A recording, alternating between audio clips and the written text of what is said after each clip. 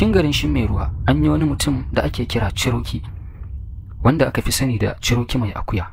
Ciroki ya kasance murdadden mutum ne mai tsatsauran ra'ayi wanda baya jin bari, domin ba a sa shi ba a hana shi.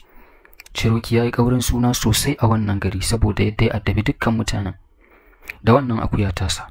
Allah ya jarrabe shi da masifar son wannan akuya, har ta kai ga duk inda zai je da ita yake zuwa, ko masallaci zai je haka zaka ganshi da ita, sai dai in an idar ya jawo a bas ya dawo gida. Kai ko taro ake, haka zai sa mata igiya a wuya ya ja ya tafi da ita, sai dai kaga yana kutsa tsakiyar mutane. An yi kokari a hana shi wannan ɗabi'a, abu ya gagara. An yi korafi har an gaji. Kullum daga kaji rikici a can sai ka ji shari'a a can. Aikin kenan.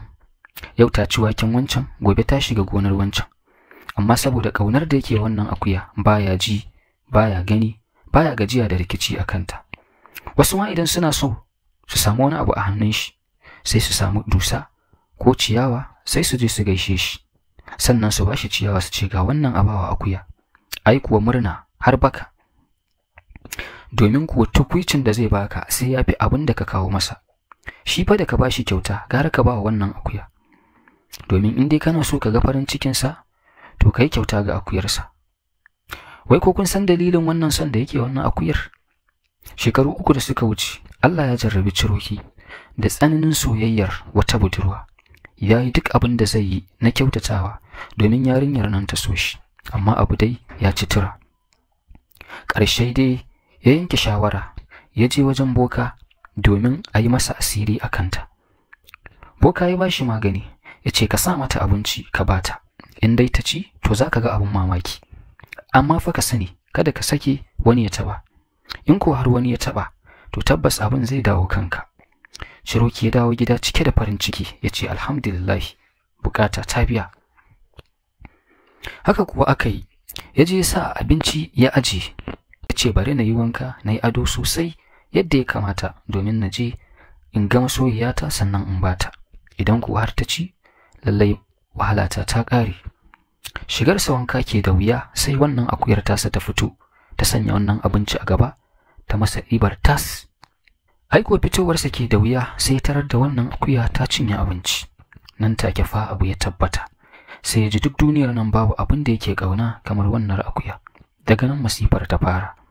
To abin da ya yi yawa, har mutane sun gaji da barnar wannan akuya, suka taru a kofar mai gari akan lallai a ɗau mataki akan wannan akuya tashi, ko kuma su ɗau doka a hannu. Nan take mai garin Shimmeruwa ya tara dukkan mutanen gari, ya ce da shi mutane sun yi korafi a kanka game da wannan akuya har sun gaji, amma ka ƙi ka gyara. Kai kuma ka ce akuyarka ta girme ɗauri. Ka sani, ko dai ka sai da ita, ko ka yanka ta, ko kuma in har ta sake yi wa wani barna a garin nan, to zan kore ka daga gari na. Ciroki ya ce to sharaɗi dai na ji, amma maganar yanka wannan akuya bata taso ba, domin akan wannan akuya fa sai dai in bar garin, doka kuma na ji kuma zan kiyaye. Amma mutanen garin nan su sani, kada wani ya yi ganganci ya taɓa min akuya, domin abin da zai biyo baya ba zai yi wa kowa daɗi ba. Nan fa sarki ya fusata, ya ce to me za ka yi har kake gargaɗin mutane akan akuya? Limamin gari ya rarrashe shi, ya ce ranka ya daɗe, akai zuciya nesa, da alama ya fara taɓuwa ne. Mutane suka watse. Ashe akwai wasu matasa guda 3 da aka yi wannan abu a gabansu, suka koma gefe suka ce, to wannan me ya taka ne har yake yi wa wani barazana? Sai ɗayan ya ce, ai wallahi sai mun yanka wannan akuya, in ya so mu ga ya zai yi da mu. Sai da suka bari dare yayi, suka shiga gidan Ciroki, suka danna akuyar nan, suka yanka ta, suka gudu. Tunda asuba Ciroki je dan ya duba lafiyar akuyarsa kamar yadda ya saba. Ai kawai sai ya ganta cikin jini a malale. Ya zauna yayi kuka har idanunsa suka kumbura. Irin kukan da koda dan sayarsa ba lalle yayi haka ba. Haka ya wani cikin bakin ciki saboda wannan abu. Babu ci, babu sha. Washe gari da sassafe, Ciroki ya dira a kofar mai gari. Ya ce da shi, na san cewa ka samu labarin abin da aka je aka yi min har gida game da akuyata. Wannan kuwa ya biyo bayan abin da na faɗa ne, domin na yi gargaɗi kada a sake wani abu ya samu akuya, amma kuma ga abin da ya faru. To ka sani, kuma jama'ar gari su sani, gashin wannan akuya daga yau shine zai zama abincinku, sannan jininta daga yau shine zai zama ruwan shanku. Daga wannan magana Ciroki bai ƙara cewa komai ba, ya juya ya koma gida. Nan fa mai gari ya shiga zirin. To me yake nufi da wannan magana? Sai ya batta a matsayin shashanci, domin dama mutane suna kallon sa a matsayin shashasha. A wannan ranar maganarsa ta fara bayyana a duk faɗin garin Shimeruwa. Abin da yake faruwa shine duk wanda ya tinkari ruwa domin ya sha, da ya sa kofi ko moda ko ƙwarya domin ya ɗiba, to duk abin da ya ɗebo a kofin nan ko ƙwaryan nan sai kaga ya juye ya zama jini. A takaice dai duk ruwan da ka sa ka ɗiba domin ka kai baki, to zaka ga jini ne. Kamar da yadda ya ce jinin akuyarsa daga yau shi zai zama ruwan shan mutanen. Haka mutane za su zauna su yi girki na abinci su rarraba, amma duk wanda ya ɗauko sanwarsa domin ya ci, da ka buɗe abinci sai kaga kwanan cike da gashin akuya. To abu ya zama tashin hankali, mutanen gari babu ci babu sha, kuma an rasa ya za a yi da wannan al'amari, domin abin da ya faɗa ta tabbata. Haka mutanen nan suka yi kwana 1, 2 har zuwa 3 babu ci babu sha, domin duk abin da ka ɗebo za ka ci sai ya zama gashin akuya, sannan duk abin da ka ɗebo za ka sha sai ya zama jinin akuya.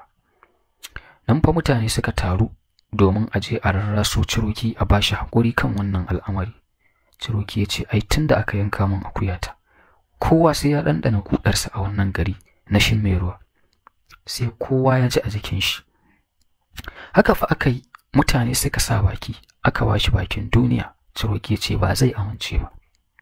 Ƙarshe dai ya ji tausayinsu, ya ce zai janye wannan ukuba da ya ɗora musu, amma da sharaɗi, domin ya san yaran da suka aikata masa wannan al'amari babu duka babu zaki, amma za su girbi abin da suka shuka. Nan take ya rufe idansa, ya kira sunan waɗannan yara guda 3 ɗaya bayan ɗaya. Gama kiras suke da wuya sai ga su a gabansa sun bayyana. Duk garin nan mutane ba su san cewa Ciroki ya zama ƙasar gomin matsafi ba.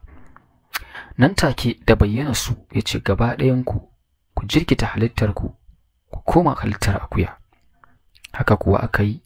Matasan nan guda 3 duka jikinsu rabi ya koma na akuya, rabi ya koma na mutane. Ya ce to wannan shine abin da zan yi in huce, saboda haka kowa ya je ci gaba da cin abincinsa da ruwansa, babu abin da zai sake faruwa da kowa, domin na ɗau fansa akan mutanen da suka yi min wannan ta'addanci. Iyayen wannan matasa sun yi kuka har sun rasa yadda za su yi da ransu, amma ya nuna ba zai janye ni ba.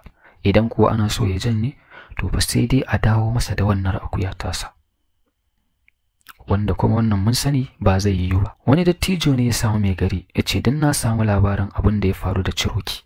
Ya ɗebe labari gaba ɗaya ya karanta wa mai gari.